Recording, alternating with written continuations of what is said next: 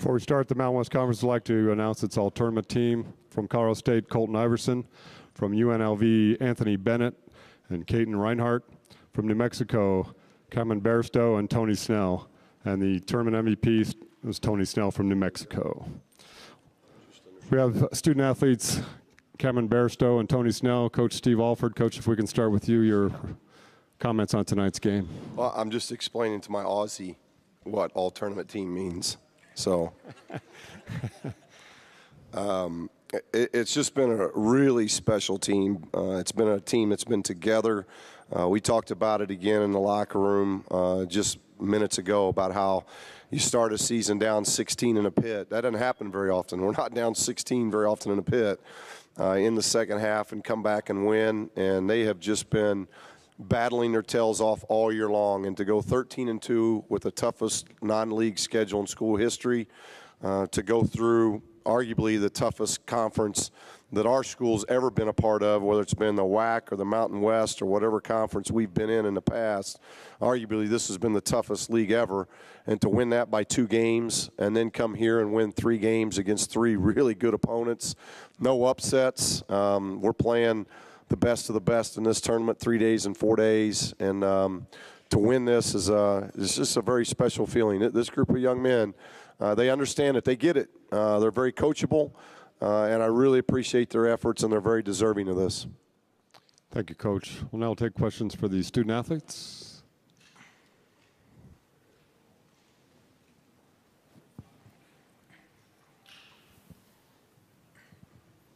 Tony, last March you stepped up. Your play started getting going in the Mountain West tournament. This year, last 4 games, I think you've hit 24 out of your last 43 pointers, something in that ballpark in the last 4 or 5 games. What is it about this time of year that has you playing better than at any point the rest of the season?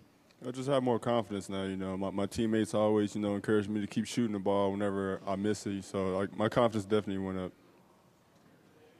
Go right here.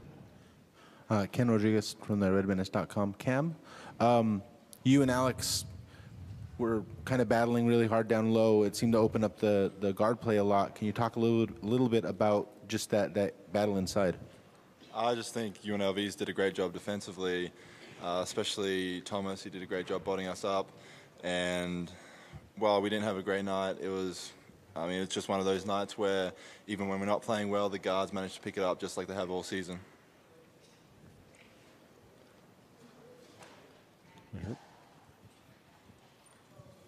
For both Cam and Tony. Tony, first, I guess, NCAA tournament is the next step here. Where do you think this team deserves to be seated? Where do you think this team needs to go for this season to still be a success for both of you? I think we deserve a 2 seed or higher because we definitely proved ourselves all year. So that's what I think. Yeah, I think definitely top 2 seed with the schedule we've played and how we performed, especially down the stretch. I think we need to be up there, and as I said, as Coach already said to us, the first three seasons have already been successful, so it's just up to us to continue it into season 4. Over here. Yeah, Tony, does it say a lot for the balance on this team when you have the conference player of the year who's not sitting up here, but you've got the player of the tournament and first team player? You guys just sort of take turns, don't you? It definitely shows how unselfish we are because, the player of the year, he just try to just move the ball around. We definitely unselfish for each other. We like to see each other get going and make buckets. Any other questions? Right here. For both Cam and Tony, it seemed like you guys came in, the odds makers didn't have you guys the favorite at the beginning of the tournament up to today. What does it say about this team that you guys are able to kind of take all that negativity and the naysayers? You guys haven't gotten a lot of national respect until recently. What does it mean that you guys are able to take that and turn it into the positive that you've turned it into today? We knew we've always been the underdogs, so that's what I love about this team. We are underdogs, but we still like to go out and prove people wrong that we still good enough to win championships. Yeah, as Tony said, we've always played with that chip on our shoulder, and as you said, we don't get a lot of national recognition, and that's fine with us. We just go out every game and try to prove ourselves.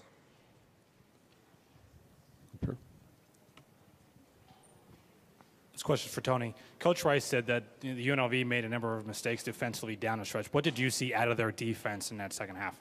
Well, they kept, try to stay close on me, so I try to, stop and get a little bump to give me some space to run off the screen. So I just try to cut hard and try to get open.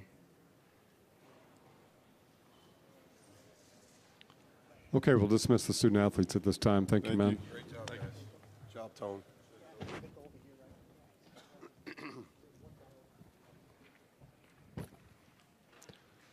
Questions for Coach Alford now? Coach, I know you've talked about this all season, but now that you've done it in the tournament, I want to ask you, Kendall Williams, Player of the Year in the regular season, Alex Kirk, all defense and second team. Neither one of them make all-tournament team. Hugh gets off for a little while. Tony does what he does in the tournament. The balance of this team, have you ever had anything quite like what you have in this starting five? Well, it's just, I've said it, it's a special team. I thought, Vegas did a really good job of banging and battling our inside guys, but all that effort then freed up some things for our guards, and I think that's why we're hard to guard. We've got great backcourt, and we got a great front court, and so I've said it, we'll put our starting five up against anybody. I think we have an outstanding starting five that is experienced, they're talented, they understand winning, they understand the ebb and flow of a game, the importance of D-stops, coming out of timeouts, getting to the free throw line, whatever it may be. They just have a really good understanding of that. And, to win 4 in a row, this is 4 in a row. And arguably the last 2 years has been the most difficult this league's been. And we've either got a piece of the championship or in 3 of them, outright championships. So to get 4 in a row in this league with a lot of the same guys in this locker room, that's a lot of fun. And then to think about that entire starting five's back, pretty excited about the future. Back here, Coach. Coach, your players have already said where they think you should be seated. Are you going to do a little lobbying right now for a seat in the tournament? Well, I just hope our league gets the respect that it needs to have. Our league has been building momentum over the last 3 or 4 years. I think you're seeing our seedings get better. We're getting more teams in the national tournament. And now our league is an RPI either 1 or 2. It varies, but we've been either the best or second best league in the country all year long, really from January on. So you need to be rewarded that way. That's why I think we deserve 5 teams. I don't think Boise should be a bubble team. Boise should be in the NCAA tournament. Their body of work is good enough. What they did out of conference was good enough. And then in conference, if you look at what they did when they were healthy versus when they had some injuries, they were definitely the 5th best team in our league. And our league deserves that. Then you look at seeding, and our league should be deserving of seeding. And you start right with us. It's win 29 games with us. Our schedule strength now, our season's over. So our schedule strength's going to be probably 3 or 4 now that we've played Wyoming, San Diego State, and now this really is a road game when it goes to really looking at the schedule. It ends up being another road win for us. So we get a road win. We play UNLV again.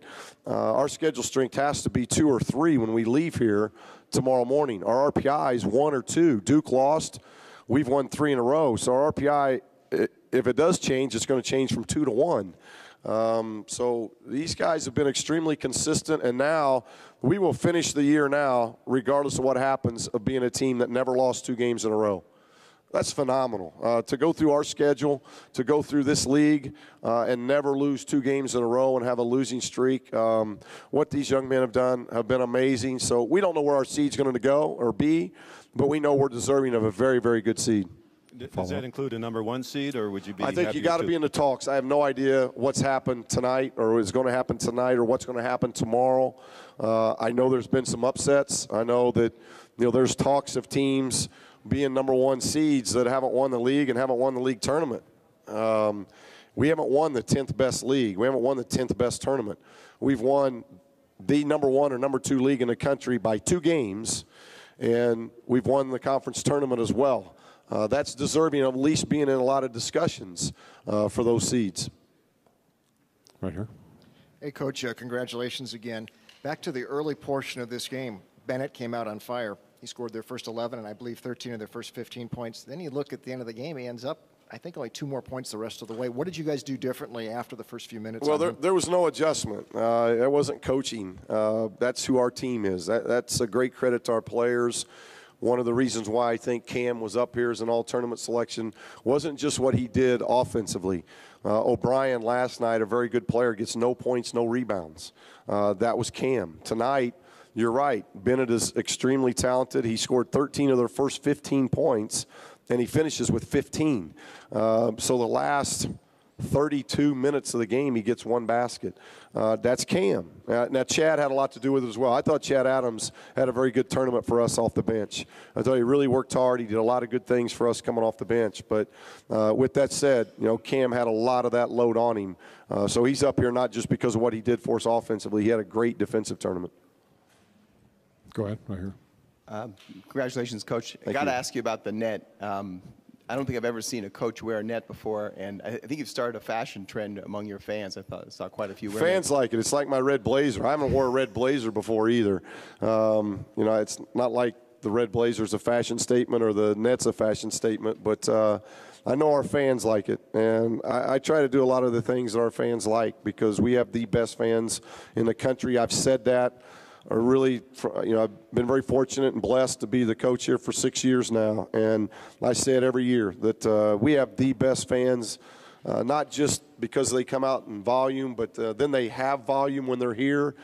They travel well, whether we're at home or we come to this tournament. You introduced UNLV, who this is their home, and you introduced UNM tonight, and I'd have to give a serious nod to the UNM fans. That's pretty impressive because when you look around the country, I don't care if you're talking about the Big 12 or the Pac that's right down the street or the SEC or these fans will rival any fans in the country. And our team and our staff really appreciates what our fans do because they have a tremendous amount to do with our success. Let's go right here first. Coach, you've talked all year about intangible stuff that doesn't show up on the stat sheet. Tonight, it seemed like that was really the key. Some of Hugh's hustle plays, like you were talking about Chad's defense. Talk a little bit about your team's effort off the stat sheet. Right, and Hugh's one of those guys that doesn't get the respect he deserves. He can beat you in so many ways. They did a really good job of trying to jump hard to the ball to our cutters, mainly Tony and Kendall when they came off screens and leave Hugh. And Hugh bangs down three threes tonight. He hadn't had too many games all year where he's made 3 threes. I've said this for 2 years now. If you just look at what his record is as our starting point guard, it's phenomenal. He can beat you by making shots. He can beat you by defending. He beats you by board play. What do you have, 7 rebounds tonight? I think he has 9 points, 7 rebounds, 5 assists. He doesn't turn the ball over.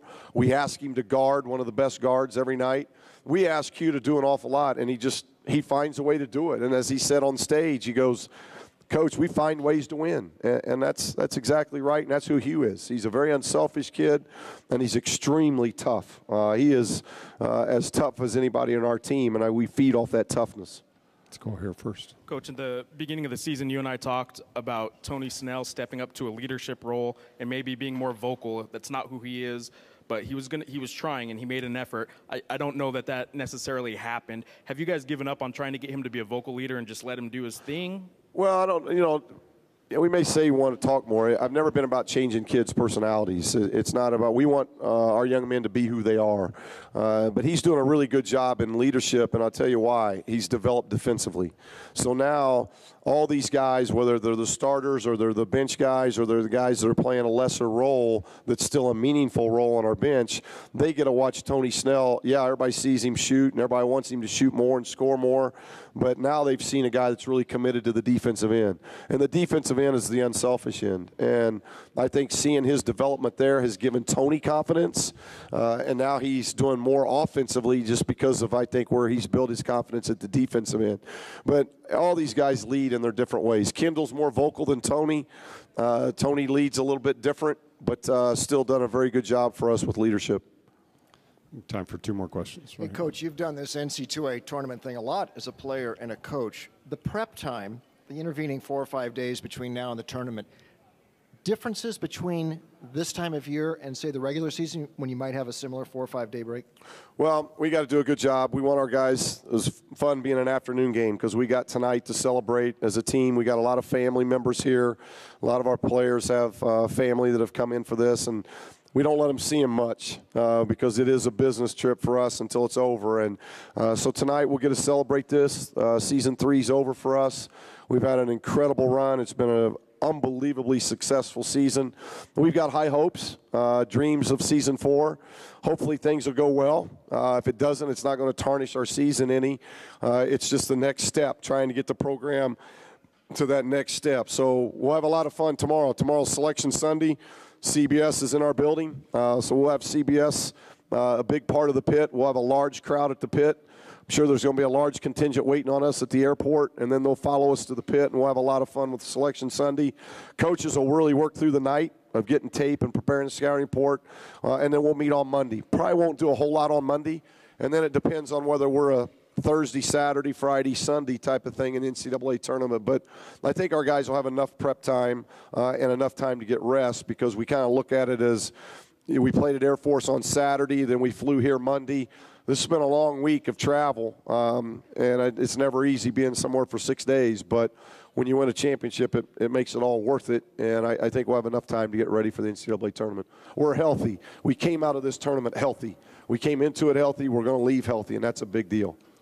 Last question. Second half, it didn't seem like UNLV had maybe more than 2 or 3 even attempts inside the paint. Can you just talk about how you accomplished that against such an athletic team, and how you may be able to do that again next week, not knowing what type of an opponent you may play? Well, I hope so. And the NCAA tournament is about matchups. It's about seeds and it's about matchups, and I've been on both ends of it. You got to get fortunate. That's why we hope we get a good seed, and then we hope we're lucky enough that the matchups are good. I think Coach Fisher was talking about matchups last night. They're not a team that I think matches up right now well, big. That's why we present some problems. But then if all of a sudden we're matched up with a quick 4-guard lineup, how does that affect us? We've played a lot of different styles, but there are matchups that are better than others. And, this league has prepared us for that. We've seen everything out of this league, maybe other than a lot of zone. That's the one thing maybe we haven't seen in this league. This league's a tenacious man-to-man league, so we're prepared there. We may have to do some work if we end up, getting matched up with Syracuse or something. But, I think we're prepared, we're healthy, we're confident, we're playing our best basketball of the year. I don't know what that is. It's 9 out of 10, 10 out of 11, but with only the loss being a last-second shot on the road. So we're undefeated on neutral site. We're 5-0 on neutral sites. We've got a great road record. So this team's prepared. Now we just got to hope we can continue to play well. Thank you for your time, Coach. Coach. Thank you very much.